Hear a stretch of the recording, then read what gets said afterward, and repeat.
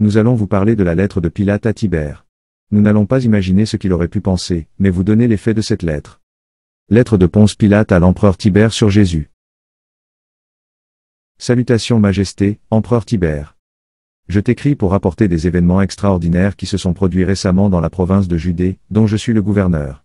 Il y a dans cette province un homme appelé Jésus de Nazareth, un homme aux qualités extraordinaires, que beaucoup considèrent comme un prophète envoyé par les dieux. Cet homme a réalisé des miracles étonnants devant un grand nombre de témoins. Il a guéri les malades, ressuscité les morts, et apaisé des tempêtes par la seule force de sa parole. Cet homme, Jésus, a gagné la faveur de beaucoup de personnes parmi les Juifs et les gentils, car il prêchait une nouvelle doctrine empreinte de sagesse, d'humilité et de compassion. Cependant, les chefs des prêtres juifs l'ont perçu comme une menace, car il dénonçait ouvertement leur hypocrisie et leur avidité. Il a été accusé par le Sanhédrin de vouloir se faire passer pour le roi des Juifs, une insulte directe à ta majesté et à l'Empire.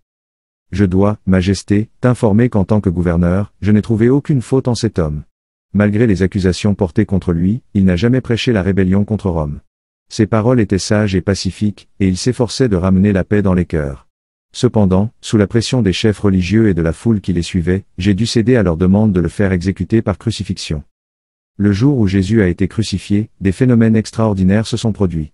À l'heure où il rendit l'âme, une obscurité soudaine couvrit toute la terre pendant 3 heures, malgré l'absence de nuages. Un tremblement de terre secoua la région, au point que le voile du temple de Jérusalem se déchira en deux, de haut en bas.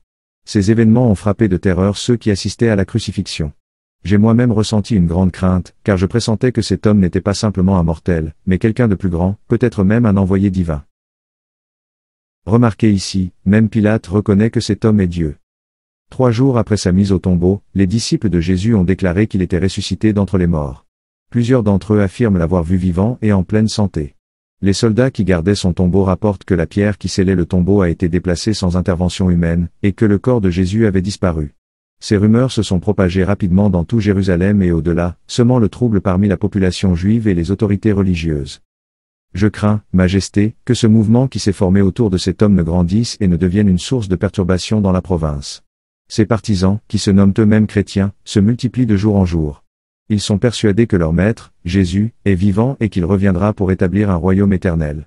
Bien que je considère leur croyance comme inoffensive pour l'ordre romain pour le moment, je te soumets cette information afin que tu sois pleinement informé des événements qui se déroulent en Judée.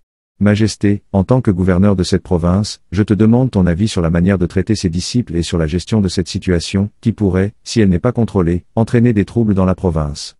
Je me tiens à ta disposition pour tout autre renseignement ou action que tu jugeras nécessaire.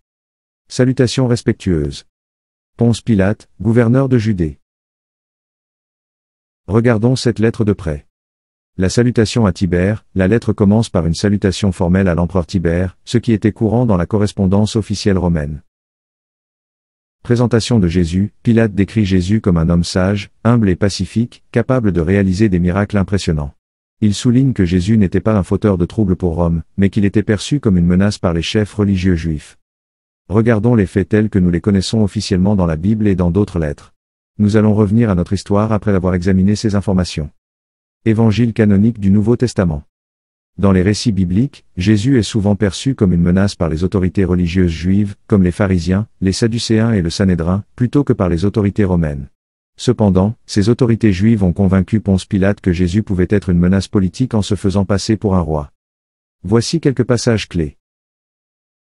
Jean chapitre 11, versets 47 à 53, conseil du Sanhédrin, les autorités juives, après avoir observé les miracles de Jésus, notamment la résurrection de Lazare, s'inquiètent de son influence croissante. Alors les chefs des prêtres et les pharisiens réunirent le Sanhédrin, et ils dirent, que faisons-nous? Cet homme accomplit beaucoup de signes. Si nous le laissons faire, tous croiront en lui, et les Romains viendront et détruiront notre lieu saint et notre nation. Dans ce passage, Jésus est perçu comme une menace indirecte pour la stabilité politique, car son influence croissante pourrait inciter les Romains à intervenir contre la nation juive. Luc chapitre 23, versets 1 à 2, procès devant Pilate. Ils se mirent tous à dire, « Nous avons trouvé cet homme excitant notre nation, empêchant de payer le tribut à César, et se disant lui-même Christ, roi. » Cette accusation est un argument politique visant à convaincre Pilate que Jésus est une menace pour l'autorité romaine, en prétendant qu'il se fait passer pour un roi, ce qui pourrait être interprété comme une rébellion contre César. Marc chapitre 14, versets 55 à 64, procès devant le Sanhédrin. Le Sanhédrin perçoit Jésus comme une menace pour son autorité religieuse, notamment lorsqu'il est accusé de blasphème pour avoir affirmé être le Fils de Dieu. Cette accusation est un facteur clé dans leur décision de le livrer à Pilate. Nous allons maintenant revenir à notre histoire de la lettre de Pilate. Tacite, dans ses Annales, livre 15, chapitre 44, mentionne Jésus et les chrétiens dans un passage célèbre. Tacite, un historien romain, écrit que Jésus a été exécuté sous Ponce Pilate, sous le règne de l'empereur Tibère, à cause de sa popularité et du mouvement chrétien naissant. Bien que ce passage ne décrive pas Jésus comme une menace directe, il montre que Rome a pris des mesures contre le mouvement chrétien qui s'est formé après sa mort. Voici un extrait de Tacite. Christus, dont le nom venait des chrétiens, subit la peine capitale sous le règne de Tibère, par la sentence du procurateur Ponce Pilate, et cette superstition détestable, après avoir été momentanément réprimée, éclata de nouveau, non seulement en Judée, où elle avait pris naissance, mais aussi dans la ville même de Rome. Flavius Joseph, dans ses Antiquités juives, livre 18, chapitre 3, mentionne également Jésus. Bien que ce texte soit court et parfois discuté en raison de possibles interpolations, il décrit Jésus comme un homme sage qui a été crucifié par Pilate sous la pression des autorités juives. Flavius Joseph écrit. Lorsque Pilate, sur l'accusation de nos principaux hommes, l'eut condamné à la croix, ceux qu'il avait d'abord aimés ne cessèrent pas de l'aimer. Ces textes montrent que, bien que Jésus ait été perçu comme une menace par les autorités religieuses juives, il n'était pas vu comme une menace directe pour Rome. Les évangiles du Nouveau Testament, ainsi que les écrits de Tacite et Flavius Joseph, suggèrent que Jésus était plutôt perçu comme un agitateur religieux ou un faiseur de miracles. Revenons à la lettre de Pilate. Dans cette lettre, Pilate parle des miracles et de la popularité de Jésus. Il met en lumière les guérisons, les résurrections, et la capacité de Jésus à contrôler la nature. Ces aspects montrent que Jésus était un personnage extraordinaire, au-delà des simples humains. Pilate explique aussi qu'il a condamné Jésus à la crucifixion sous la pression des autorités religieuses juives, bien qu'il n'ait trouvé aucune faute en lui. Cela reflète un thème présent dans les évangiles, où Pilate tente de se dissocier de la responsabilité de la crucifixion. Pilate rapporte également plusieurs événements surnaturels associés à la mort de Jésus, comme l'obscurité soudaine et le tremblement de terre. Ces événements sont mentionnés dans les évangiles, mais ici, ils sont utilisés pour renforcer l'idée que Jésus était un être divin ou surnaturel. Ici, nous allons regarder les faits qui sont décrits dans les évangiles concernant l'obscurité durant la crucifixion. Les évangiles synoptiques, à savoir Matthieu, Marc et Luc, rapportent qu'une obscurité s'est abattue sur toute la terre pendant environ 3 heures, de la 6e à la 9e heure, soit de midi à 15 heures, au moment de la crucifixion de Jésus. Passons maintenant aux explications potentielles de ce phénomène. Une éclipse solaire a été proposée comme une explication naturelle de cette obscurité. Cependant, cette hypothèse est souvent rejetée par les chercheurs pour plusieurs raisons.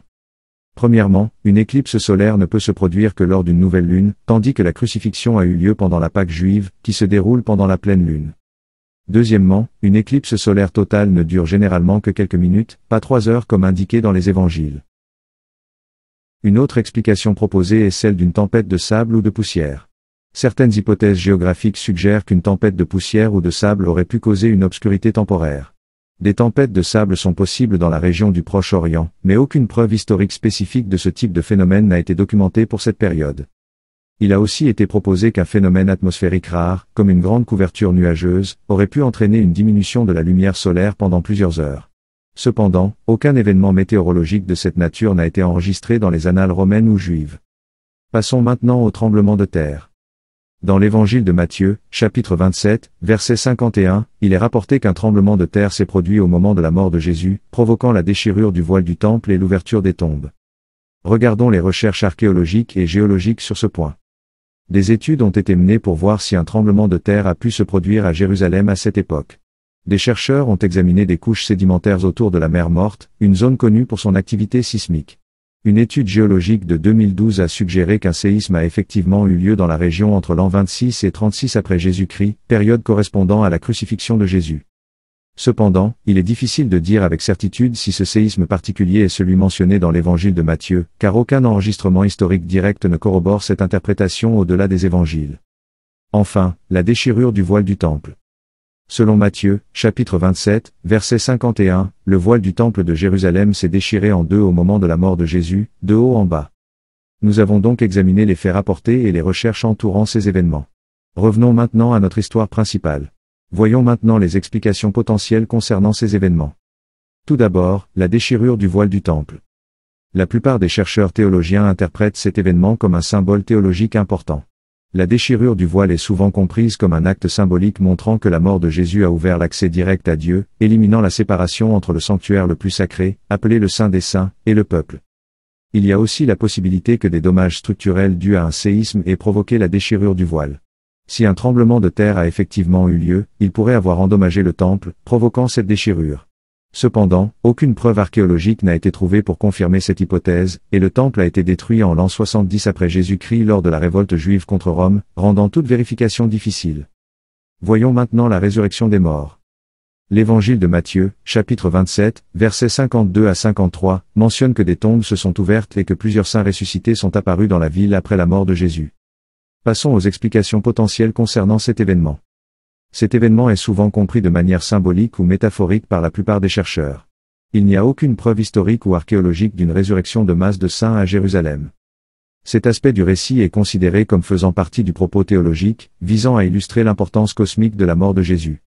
Dans la lettre de Pilate, il est mentionné la rumeur de la résurrection de Jésus, qui s'est répandue rapidement parmi ses disciples. Pilate fait référence aux affirmations selon lesquelles Jésus est apparu vivant à ses disciples après sa mort.